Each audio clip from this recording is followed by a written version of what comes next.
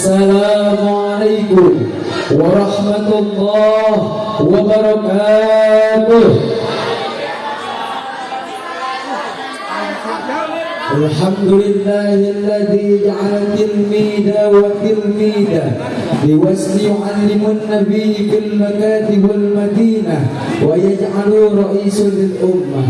Ashhadu an la ilaha illallahul fatah wa ashhadu anna Muhammadan abduhu wa rasuluhu khairul bariyah.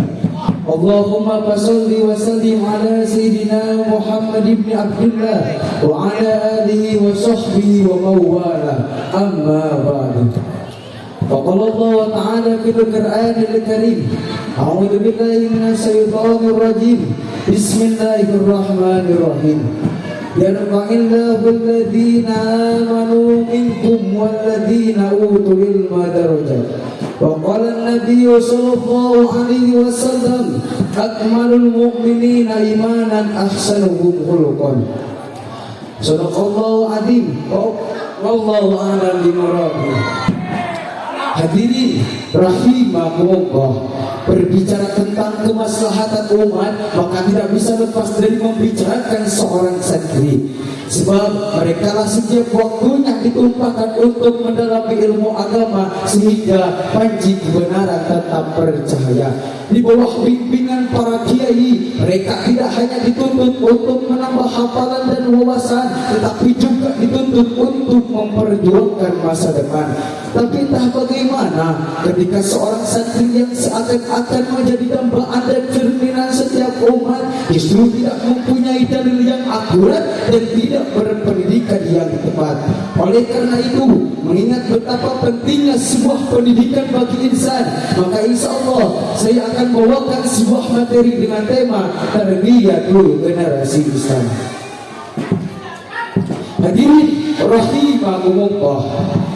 Jika kita melihat kehidupan sekarang ini dengan pandangan hati, maka kita akan menyadari betapa bejatnya akhlak pemuda masa kini. Seperti halnya suka bermain judi online, mabuk-mabukan, bermotor-motoran di jalanan, serta bebasnya pergaulan di lingkungan malam, sehingga banyak perempuan yang hamil duluan. Bahkan ironisnya lagi, ketika sudah besarnya nanti seorang pemuda tersebut hidup hanya untuk mencari jabatan dan kedudukan karena ulah tidak berpendidikan di lingkungan yang tidak beraturan. Berbeda halnya dengan kita para santri yang hidup di penjara suci, yang hanya mengaji dan mengaji, sehingga kita sadar betapa pentingnya memperjuangkan agama dan betapa indahnya hidup bersandingan dengan para ulama.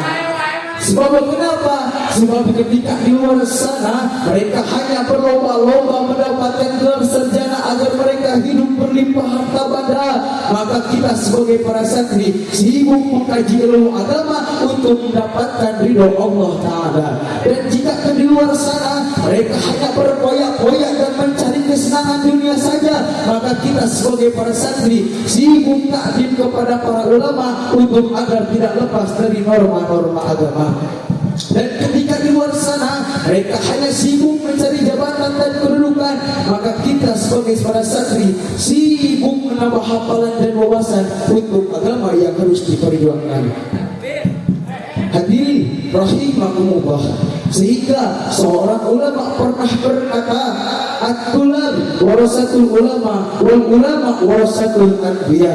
Para santri adalah pewarisnya para ulama dan para ulama pewarisnya para anbiya. Selebihnya daripada itu, hadirin, seorang santri yang hidup di penjara suci setidaknya ia akan memiliki dua keuntungan, yakni keuntungan berilmu dan keuntungan berakhlak. Hadirin rahimakumullah.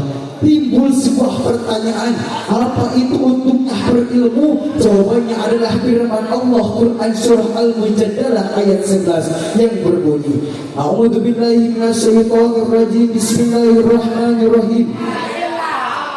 Yarfa'illahu alladhina amanu minkum walladhina utul ilma darajat. Al-ayah, yaitu Allah akan mengangkatkan derajat orang-orang yang berilmu beberapa derajat dari derajatnya orang-orang yang beriman. Lalu apa untungnya berakhlak? Jawabannya adalah sabda Nabi yang diriwayatkan oleh Imam Ahmad, akmalul mu'minina imanan ahsanuhu khuluqan. Sesempurnanya iman, kalian adalah yang paling baik akhlaknya. Maka hadirin, jelaslah saudara bahwasanya seorang santri yang hidup di pesantren jauh lebih penting daripada orang yang berpendidikan di luar. Dan tidak mustahil jika seumpama orang tua kewalahan dan gagal dalam mendidik anaknya, maka si anak pun akan dengan bebasnya memilih teman. Lalu dengan penasaran dia akan mencoba bagaimana rasanya pergaulan bebas di lingkungan luar yang akan menjerumuskan ia ke dalam jurang kebatilan. Maka dari itu hadirin, saya mengajak kepada kalian semua, mari kita tingkatkan lagi proses belajar kita sekarang, sebab kita akan menjadi pemimpin umat di masa yang akan datang. Sekian dari saya, hadanallahu wa iyyakum ajmain. Wassalamualaikum warahmatullahi wabarakatuh.